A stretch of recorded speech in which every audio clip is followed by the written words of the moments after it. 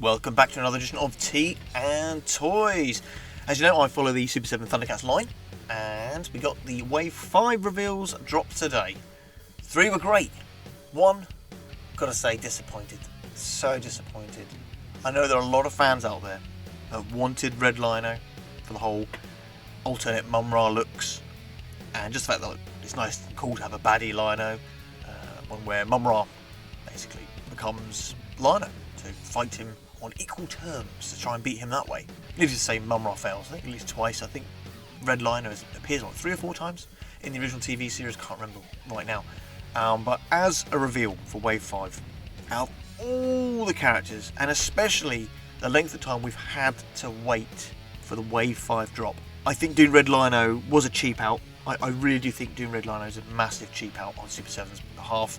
There are people out there that really want this. I could not care less for Redliner. Now look at the figure. The figure does look great. I can't deny that. But as a character from this pick, no. So disappointed. It could have been Safari Joe. It could have been Mandora. It could have been Hachiman. It could have been any number of characters they could have done. For me, Redliner has convention exclusive written all over him. Never mind. Here it is. So let's have a look to see what Redliner, or Lino Mirror, comes with. Comes with the standard Lino head, the angry Lino head, we saw these in the previous figure. Got the long version of the Sword of Omens, we get the short version Sword of Omens, we get the clip-on claw shield, a fisted version of the claw shield, and I think that's new. We get the nose-picking version of the claw shield, and get the standard sort of claw-open claw shield, and closed fists, open fists, 2 more open fists, which again these might be east-west and they might be north-south, and looks like 2 like clawy hands. That's Redliner. I think there's another picture. There he is. Mock-up of the inside the box. Outside the box, obviously it's got the Mum-Ra logo. And quite a cool picture. I do actually like this render. I think it does look quite good. And I know people will embrace this figure that want it, but for me, this is glow-in-the-dark Baxter, glow-in-the-dark Muckman territory in my eyes. Oh hell yes! Bengali! Sadly missed out on the 2012 series of ThunderCats. It's the only sort of additional ThunderCat that wasn't in it. Obviously Pumara got some show in it, Linkso got some show in it, but poor old Bengali did not. And I do think the episode with all the Tiger guys was the perfect opportunity to introduce him in the show. We're on the Bengali figure. Now, I love this. This looks so good. But then again, I am biased. I love the look of Bengali. Blue is my favourite colour. I love snowy tigers. This is the perfect ThunderCat in my eyes.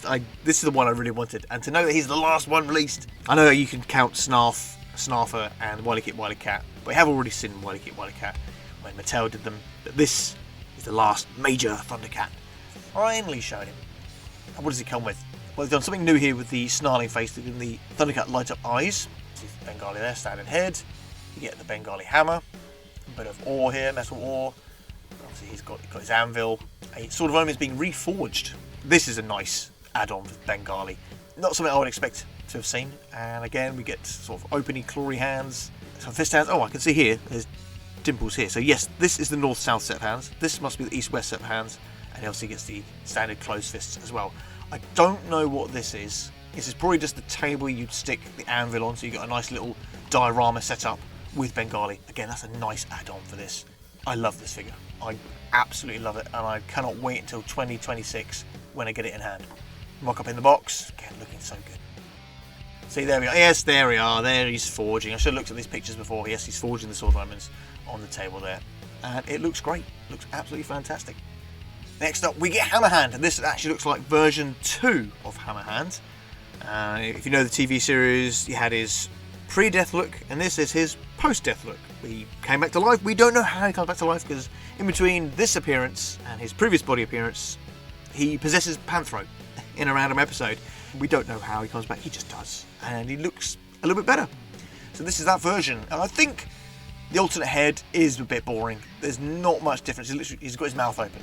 There's not much done here. I think for something different, it probably could have given us the other version of Hammerhand's head. It would have gone with the rest of the body, but I think it would have been something better than mouth open Hammerhand. It just, yeah, there's not much being added here with the Hammerhand head. But in saying that, they do both look good. It comes with a rifle. It comes with 2 alternate hands. Now, I don't know why the fingers wouldn't be articulated. I kind of hope that they are. Maybe something didn't pass in QC, and that's another reason why there's been a long delay for this reveal. That maybe the finger joints here weren't moving how they wanted them. So you've got an open hand option and a closed hand option, and you've got some loot bags for the pirate captain. You get a closed fist for his normal hand, a pointy finger with the normal hand, and an open clawy type hand for the normal hand. What else we got? Probably standard box image. Oh, of course, it would come with the Mumra logo. Silly me, because it's a baddie. And yeah, I quite like that render. It's quite cool. Well, even though it's got the open mouth versions, you don't need both these heads. You know, they're giving all these characters extra heads, but not the Casey Jones. The final figure, again another good one. Although he does look quite tall in the group shots, I'm not sure what they're doing there with Vulture Man. I can't remember if he is that big. Is he taller? Is he that much taller than the other characters? But here he is, Vulture Man, the last of the 4 main quartet of mutants. Vulture Man appears, I think, at the same time as Rotaro, and that's when he becomes more a permanent member of the mutants. Rotaro being the other one I do want to get from mutants, but you get the main trio, and then Vulture Man here makes the quartet. He's the brains of the bunch. You get a nice open mouth look, closed mouth look. Both these heads are quite cool, absolutely quite cool. Like, they're 2 very distinctive different looks, whereas Hammerhand doesn't look like that. And a lot of tools to go with him, so hopefully got a decent hand that holds them. So hopefully these hands here, which are east-west hands, will be able to hold these small tools, this potion. Looks like he's got his helmet there from when that's like a mind control helmet from one of the episodes I remember. And he gets a whole host of different guns, all these different experiments, his guns. And he gets that really weird claw weapon thing that he never has in the TV show. But it comes with the original toy, so there we go. But it would have been cool if Mumra could have got his black sword and the crooked dagger from the toy as well. So if they are putting the toy weapons in there, so where's those accessories of Mumra? Maybe we should get them after waiting 100 years for Wave 2. So we get claw hands, bigger open fist hands, and small open fist hands. And the package, obviously another baddie. And quite a cool render again. So yeah, you can see the bigger hands used for the potion. Maybe a small hand for the claw thing.